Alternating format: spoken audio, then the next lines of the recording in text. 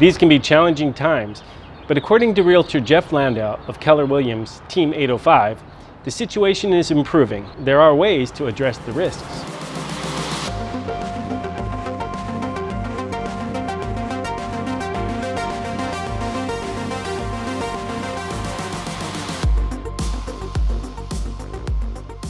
Hello, here we are overlooking the city of Ventura, and I'm with Jeff Landau of Team 805 Keller Williams.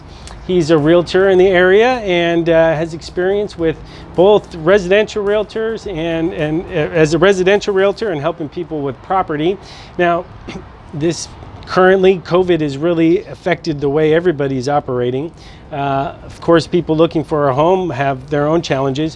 What challenges are there, and is it even possible to look into rental income properties nowadays? There's definitely more risk with buying a rental property right now. However, that risk can be overcome, and there's a lot less risk right now than in March and April. Back then, a tenant could basically arbitrarily not pay rent, and you can't do anything. We're getting closer to being out of that right now, pending a conversation about legislation. The bottom line is that you always have to do your due diligence when you're screening a tenant. And there's a lot more information available right now. Nothing's ever going to be perfect. But right now, what we know is what has that tenant's payment history been since January. And if they've paid from January up until now, and they haven't had a job change and they haven't had other changes which you can do your diligence on, there's a lot higher likelihood that they will continue making those payments. Back in April and May, you're crossing your fingers. Somebody could move in and give you the move-in money and then say, I don't really feel like paying you, and you have to say, enjoy living in my house while I pay for it. Now you have a lot more information, and a lot more of the uncertainty is out of the equation.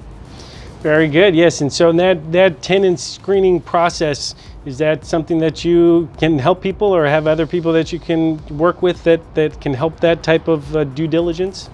Definitely. In fact, one of the biggest mistakes that a rental property owner makes is not having a thorough checklist that they do for every tenant. Because first of all, that can get them into problem with fair housing laws, which you definitely don't want to do.